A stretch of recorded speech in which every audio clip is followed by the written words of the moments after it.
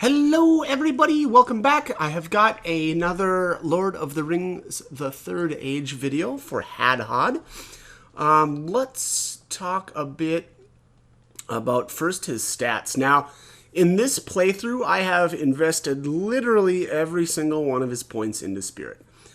Hadhod actually is more of a physical-oriented character. And I'll talk about that probably more. It'll be more obvious when we get to his passives. But he does start with a lot of Constitution, obviously, there, with that 93 in Constitution.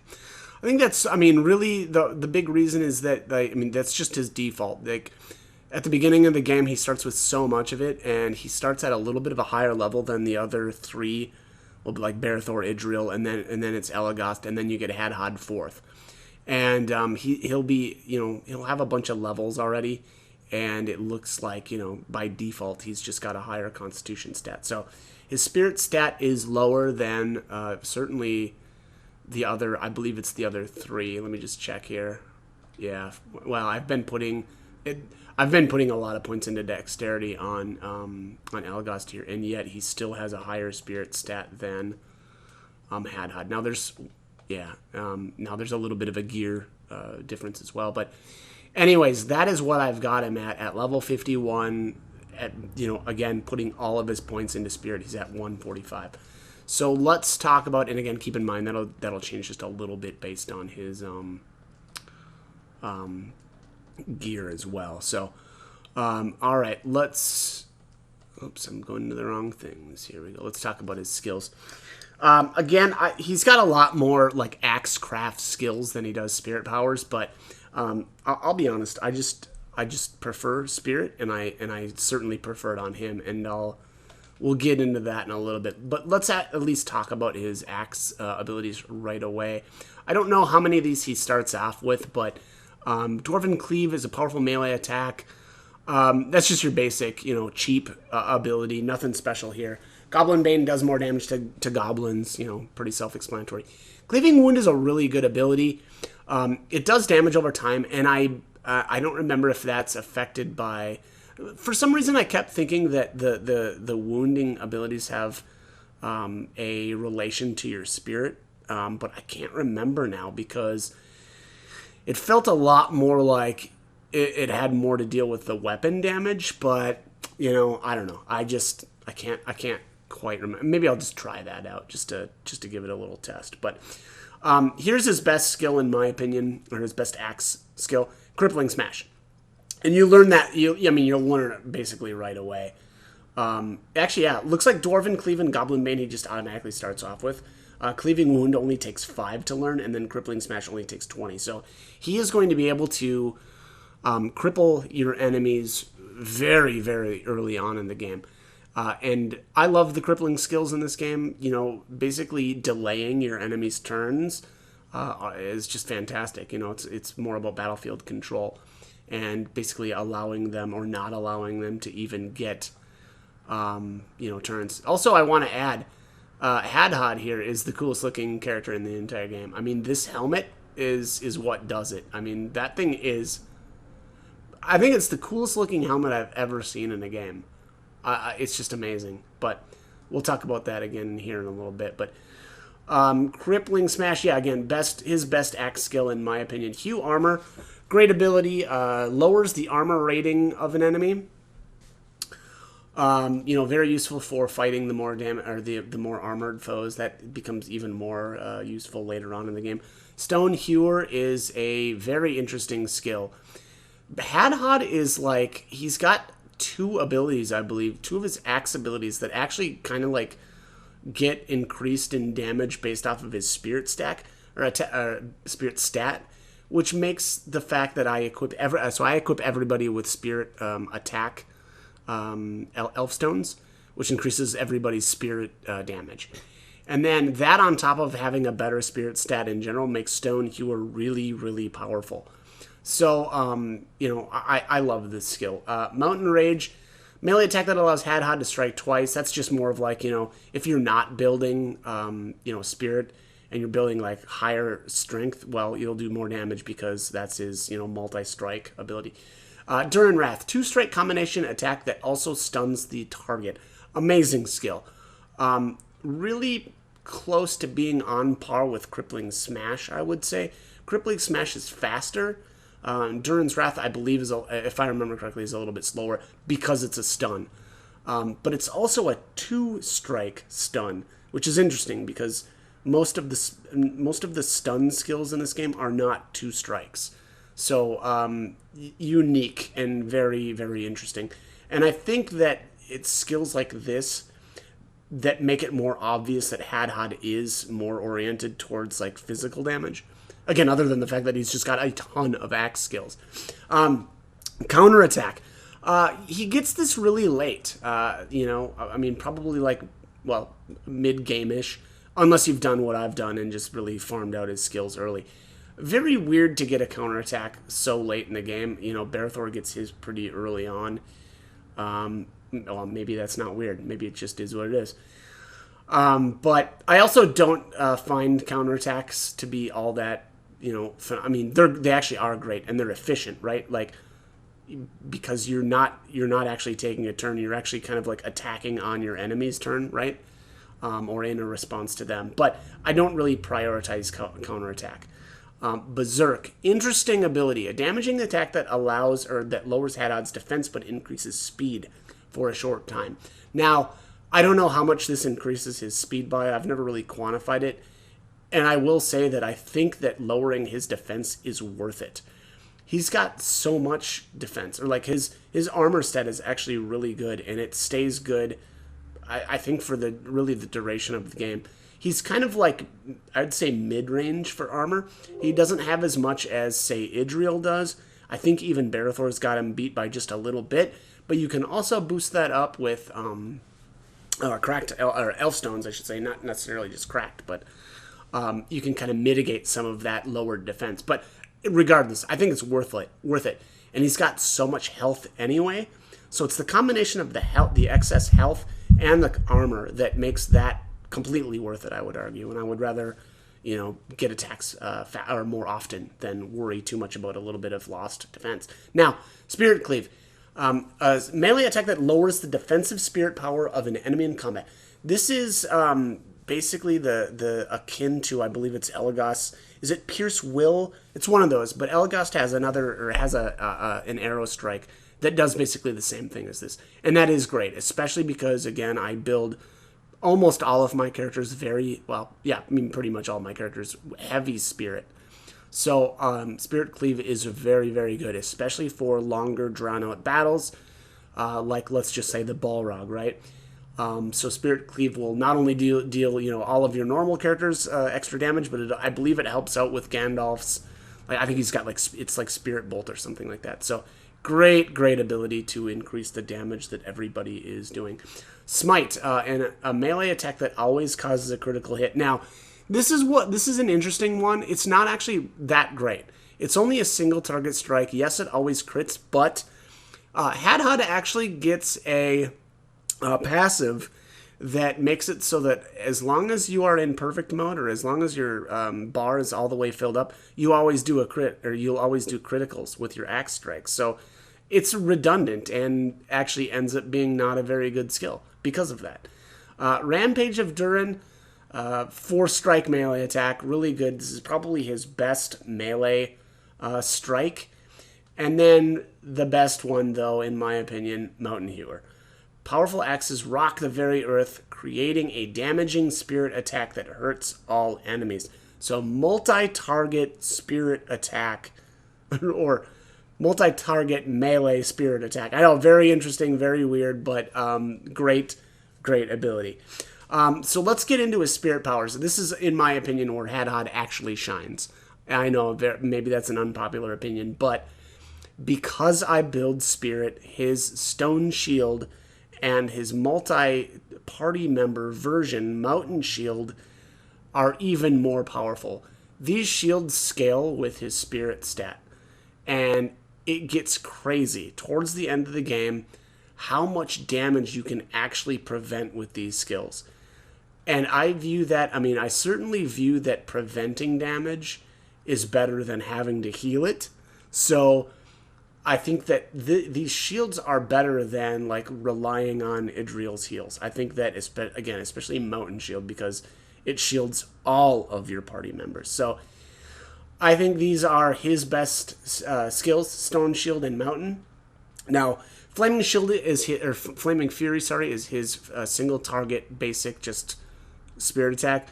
You can use this, or I use this a lot early on in the game. It's very expensive though, and that's kind of his theme with his spirit powers, is they're all generally pretty expensive. The only thing that isn't is Endure Flame. Endure Flame is a very great ability, especially in Moria, because you fight a lot of casters that will try to use flame attacks on you. And this one is actually cheap too. It's only 35 AP, so it's the best spirit skill to learn more of his spirit skills. Damaging Shield, great ability. Creates a shield that damages melee attackers. Now, that's only going to, shield you or deal damage back to melee attackers, but still good. The multi-target ability is called Devastating Shield. This, I believe, though, was even better. Now, I don't know if this works for ranged characters. It should. It certainly looks like it. But maybe not. This may be for melee only. Maybe I'll give that a try here in a little bit, just to see if that's even better. But that is, as far as I can tell, that is the group version of Damaging Shield. Mountain Shield I already talked about. It's just Stone Shield for everybody. Flames of Ruin, an attack that causes fire damage and continues to damage an enemy for a short time. Great ability, basically Hadhod's equivalent of Wheel of Fire. Wheel of Fire is a spirit damaging ability that also does damage over time. Same would be like Northern Storm from Elagast. It's a damaging attack that also has a dot component to it. Great ability. Devastating Shield, again, already talked about that. That's Damaging Shield, but better as far as I know. We're going to test that here in a minute.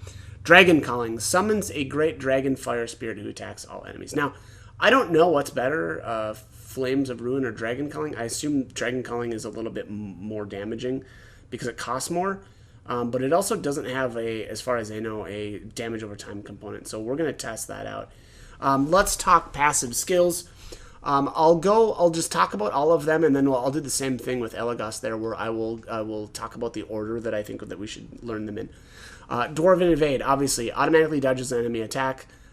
You, I think, have that right away because you should be, I think you should be at least a level 11 when Hadhod joins. I could be wrong on that, though, but that's when you'll learn it anyway. Dwarven Rally, it stinks that this one is, that you have to learn this one so early. I don't worry that much about, or I don't use perfect mode that much, so I don't find attack momentum to be very useful, but it is what it is. There's no way around it, and you have to learn that, so you'll get that at 16. All right, Lordly Might. Obviously, this is where you can start changing which order that you learn things in, but I'll go into that after we've explained them all. Increases Hadhod strength, which improves his melee damage. Obviously, very good for someone that is more melee damage oriented. Evasion of Agloin. This is another, it's even better. I'm sorry, you know what? Basically, Evasion of Agloin increases the effectiveness of Dwarven Evade. Dwarven Evade just lets you, you have a chance, right? Because it seems to me like prior to learning this, you can't dodge at all. At least that's the way I'm reading this. Again, I don't know how useful that is. I went into the wrong thing here. I don't know how useful. I don't know how much to talk about that really, because again, you get this stuff so early anyway. But regardless, all right. So, Evasion of Agloin increases the chances that you're going to dodge. Battle hardened armor increases Hadhod's armor value. That's actually really, really good. Overwhelming axes, again, if you're building or if you're going on more of a melee damage oriented Hadhod, this one's great because while in perfect mode, Hadhod's attacks will always give critical hits. Might of Balin increases Hadhod's health. Another one that I don't find particularly useful because he's got so much constitution already, but whatever. Extra health is extra health. Increases Dwarven Challenge, increases Hadhod's melee damage when taunting a foe. I basically never taunt. It's good, especially in the Balrog battle because Hadhod's fire resistance is so high that drawing his attacks actually is really good. But I just don't use challenge really ever. I don't use taunts, and I don't use them with Barathor either. Dwarven Haste, that's not to say that they're not useful, but I just don't tend to focus on it. Dwarven Haste allows Hadhod to take actions more often during combat. Amazing. I mean, any of these like haste type skills where, you know, you just act more or more quickly are fantastic. And then double attack allows Hadhod to immediately take 2 additional actions during his turn.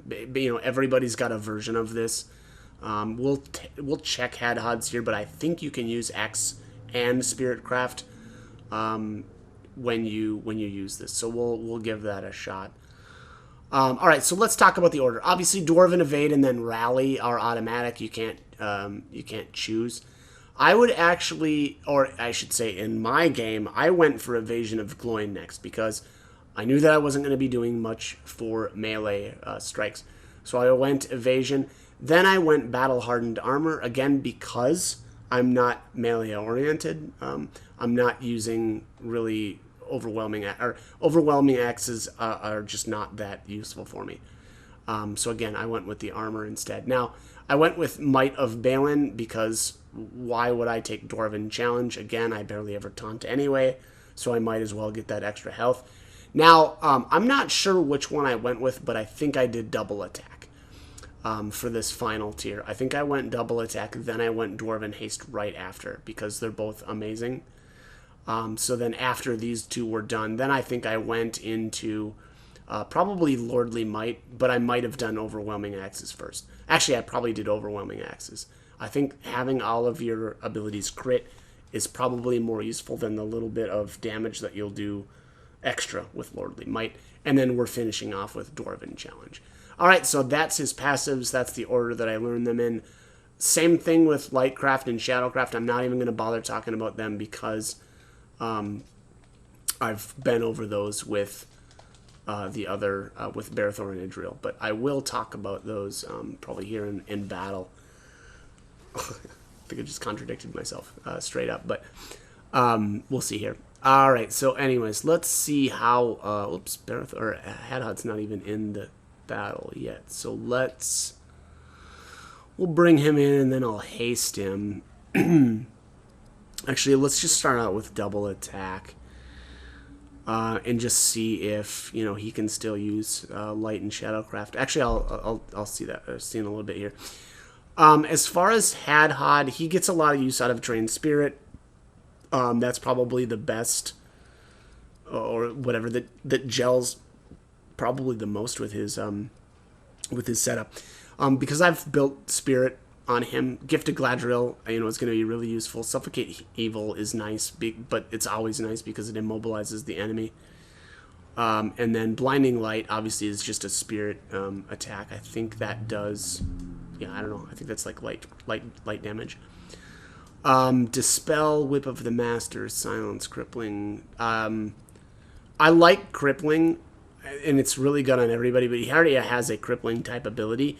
To be fair, though, this version might be even better just because I don't really care about the little bit of damage that he's going to do with his Axecraft version of it.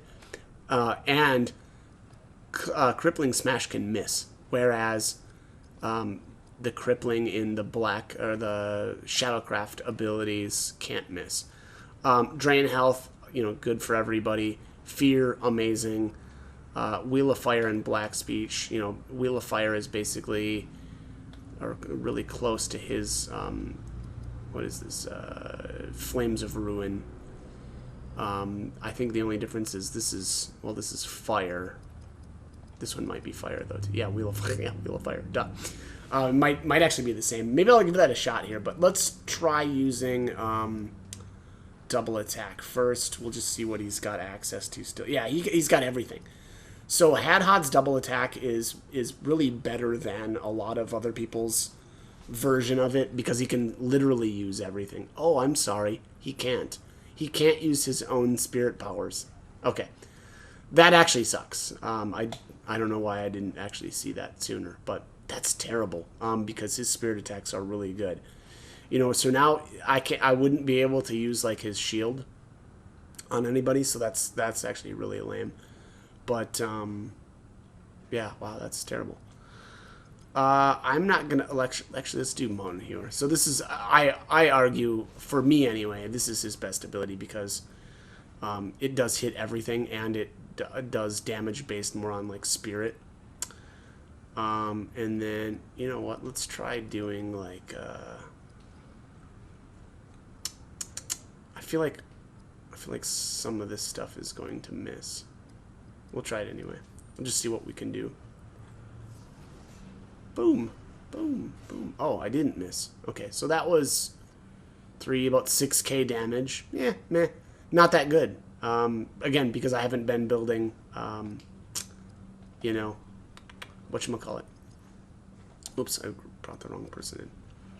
I haven't been building, you know, melee damage on him. Alright, let's bring in Idril. We'll use Feloria's Haste. I'm actually going to use his shield here, just to show you, because we're about to take some damage. And we'll just see how much we can prevent here. So we'll use Mountain Shield. I'm going to need to get into a battle. Oh, I'm already in a battle with a caster, too.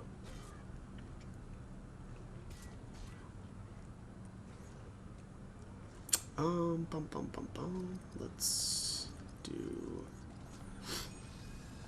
Royal Grace. Alright, so haven't taken any damage yet because of these shields are so powerful. And I just want to get back to either Idril or Hadhod's turn here because I want to try... I kind of want to see the difference between Wheel of Fire and his... what was it? No, I can't remember. We'll have to take a look here. It might take more than one battle, too, to do this. Oh! Actually, let's try Devastating Shield first. Yeah, Flames of Ruin. I'm curious what the difference is between Flames of Ruin and Wheel of Fire. Or if there even is one, so we'll try that in a minute here. But let's check Devastating Shield first. I want to see if this reflects anything from, like, casters. My guess is it probably doesn't. I should really try that on, like a bow. Or somebody using ranged attacks, too. But I'm just going to skip Barathor here. So I really want to see this.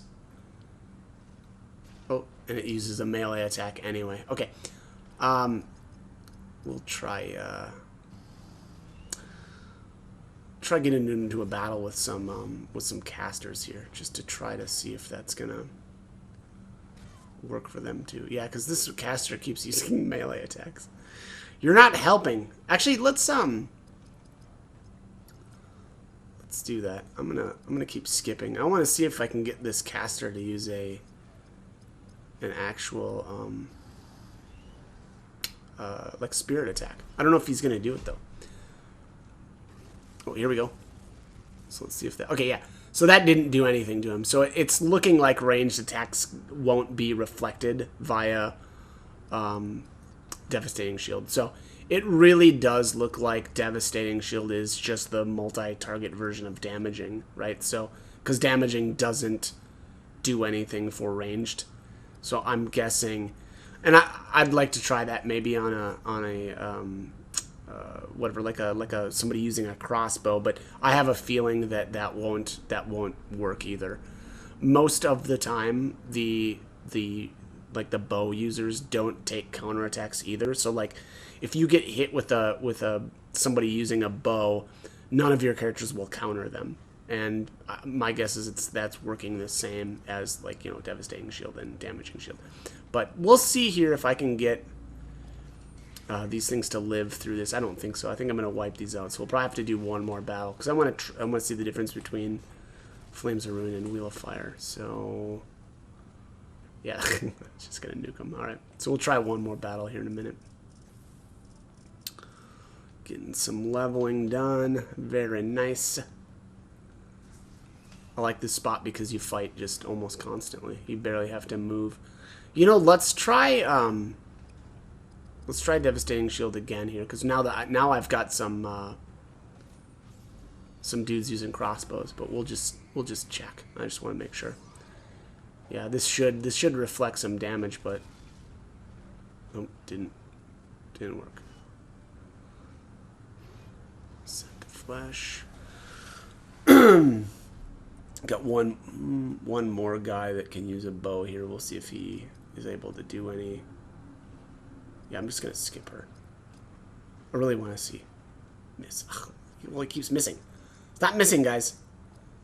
You're not helping. I think that is the case, though. I think that these guys... And Silencing Arrow isn't doing any damage, so... it's hard to tell whether or not... these bow guys are going to be able to be reflected or not. And I don't think they're going to, but... I need one of these guys to actually attack me. Ah, stop using Silencing Arrow, you jerks. Come on now. Alright, you happy now? Everybody's silenced. Very good. Good job. I don't remember if they... Jesus, really? Ah. Big whiff, big whiff, big whiff. There we go. Yeah, doesn't reflect. Alright. So that question has been answered. You know what? I think I'm going to... Since everybody's silenced, I'm just going to run, and then we'll do another battle right after. I really want to see the difference between Ring of Fire, or Wheel of Fire, sorry, and Flames Ruin. Alright, so let's test this one more time. We'll see how much damage we're doing here.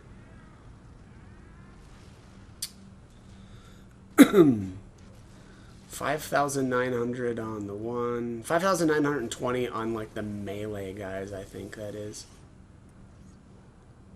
Yeah, and then they're burning for a decent amount, too. Let's do Velo Raise Haste so that we can get Hadhod's turn back.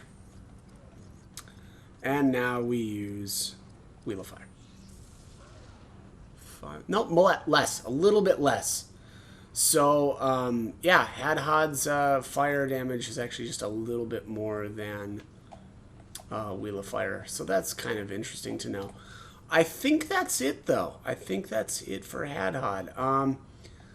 I guess, up to you on what you decide to build. Obviously, I go heavy Spirit. I'm not worried at all about his dexterity. Obviously, it's down to 61. He is going to miss constantly, as is. Barathor will be able to help out a little bit. You know what, though? I do want to see what ability he's going to use now when Barathor uses his Cry ability. So we'll have a look here and see what he's doing these days. That's the other thing to keep in mind, that the abilities that your characters use with Barathor change, obviously based on what you've got. And all of my characters have all of their abilities learned. So, okay.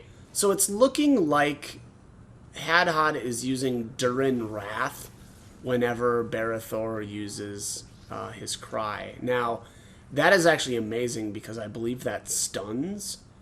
The only thing here that's kind of stinks is that, I'm wiping them out. Now, probably most of these characters that's going to be the case, or most of the enemies that you're fighting. You're probably going to wipe them out, especially if he's acting first. But let's check Dragon Calling and see how much this does. Remember if this is really more powerful than... Yeah, that is. That's more powerful than... It doesn't have the dot component, though, so... I think that his other ability is actually better because it's got the dot component. But that is really strong. I don't know if that's basically like the initial damage of Flames of Ruin and one tick. I'm not sure, but I think Flames of Ruin will do more damage over time, certainly. But, alright, let's do... Oh, no, that was it. I think that's it.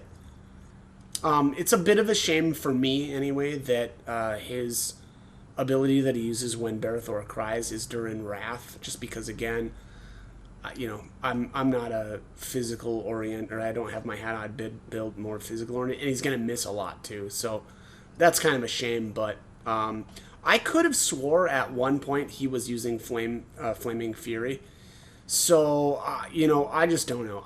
That's the problem with Barathor. You know, I don't remember exactly what makes, you know, your characters learn what. I know early on, Hadhod was doing a lot of just regular, like, melee attacks.